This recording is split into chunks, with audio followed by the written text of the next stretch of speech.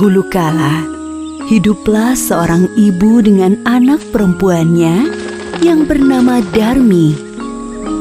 Ayah Darmi sudah meninggal saat Darmi masih kecil. Dahulu mereka hidup berkecukupan.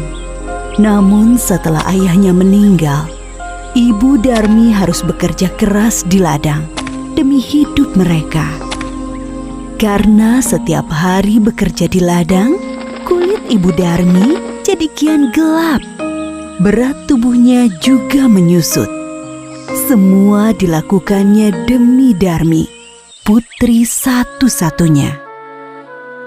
Namun apa yang dilakukan Darmi? Dia tidak mau membantu ibunya. Kerjanya setiap hari hanya berdandan.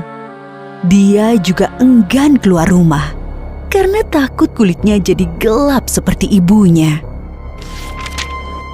Suatu hari, ibu Darmi hendak bekerja di ladang. Dia akan bekerja sampai sore, sebab musim panen sudah tiba. Ibu Darmi berkata pada Darmi, "Darmi, bisakah kamu memasak hari ini, nak? Ibu tidak bisa pulang siang ini karena harus menyelesaikan panen kita.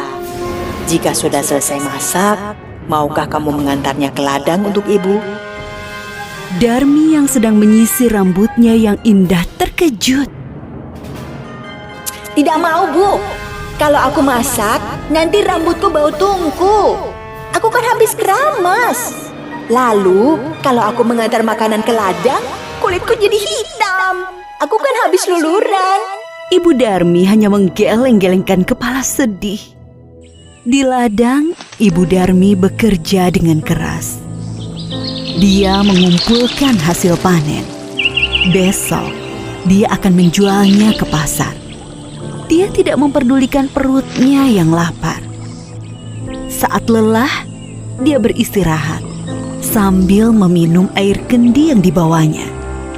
Dia berdoa dalam hati, "Ya Tuhan, tolong kami.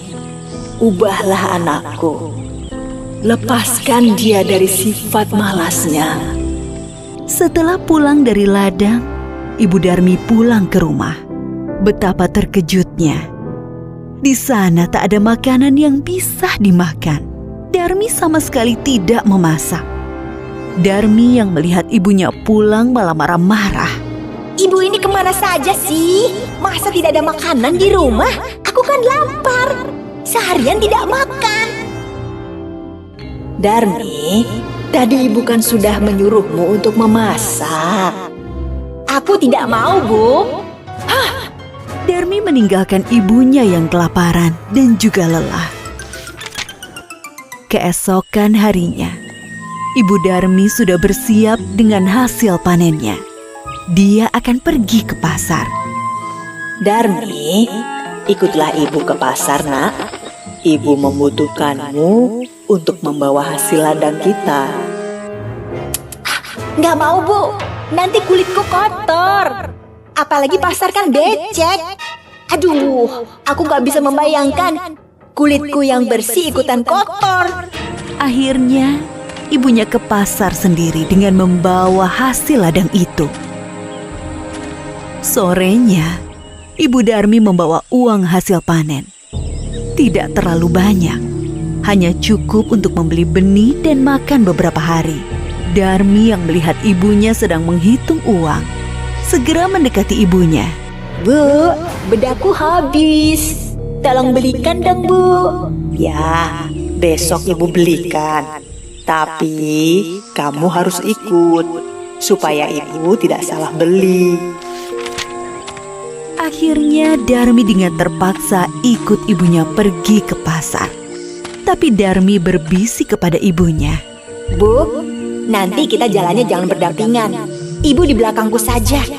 "Kenapa, Darmi?" "Pokoknya ibu jalan di belakangku." Darmi sebenarnya malu berjalan bersama ibunya yang berkulit gelap dan wajah yang tak terawat. Tiba-tiba, di tengah jalan, ada seorang teman Darmi yang menghampiri dan bertanya, "Hai Darmi, kamu mau kemana?" "Aku mau ke pasar." Teman Darmi melihat Ibu Darmi dengan pandangan bertanya. Dia siapa, Darmi? Ibumu ya? Darmi yang tak ingin temannya tahu jika dia punya ibu yang kotor dan jelek, segera menjawab. Oh, dia pembantuku. Tentu saja bukan ibuku. Ih, amit-amit deh. Betapa sedih saat Ibu Darmi mendengarnya. Namun hanya ditahan dalam hati. Mereka melanjutkan perjalanan. Darmi bertemu dengan temannya yang lain. Darmi, kau mau kemana? Aku mau ke pasar. Ngomong-ngomong, siapa yang ada di belakangmu? Apa dia ibumu? Bukan, dia bukan ibuku. Dia pembantuku. Sungguh hati Ibu Darmi semakin sedih. Begitu tega anaknya mengakui dirinya sebagai pembantu. Namun sekuat tenaga dia berusaha menahannya. Sampailah Darmi dan ibunya di pintu pasar. Saat mereka akan memasuki pasar, lagi-lagi Darmi bertemu temannya yang lain. Darmi, tumben kamu pergi ke pasar. Siapa yang berjalan di belakangmu? Itu pembantuku. Ibu Darmi tak kuasa menahan air matanya. Dia sudah tak tahan lagi. Maka dia pun berdoa dalam hati. Ya Tuhan, hamba sudah tidak kuat lagi dengan sikap anak hamba. Tolong kiranya Tuhan menghukumnya agar dia menjadi jera.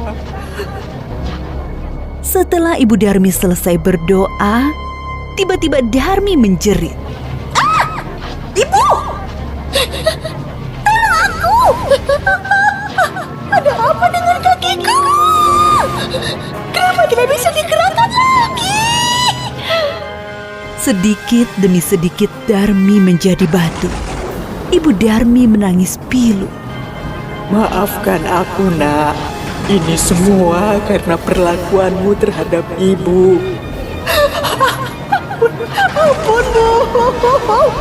Ampun. Darmi tidak akan mengulanginya lagi.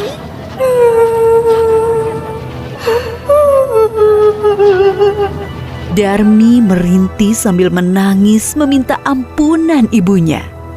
Sayang, semua tak bisa kembali. Darmi tetap menjadi batu. Dia harus menanggung hukuman karena telah durhaka terhadap ibunya yang sudah merawat dan menjaganya hingga dia besar. Batu itu akhirnya dipinggirkan orang-orang dan disandarkan di tebing. Hingga sekarang, batu itu masih ada di Kalimantan Barat dan dinamakan Batu Menangis.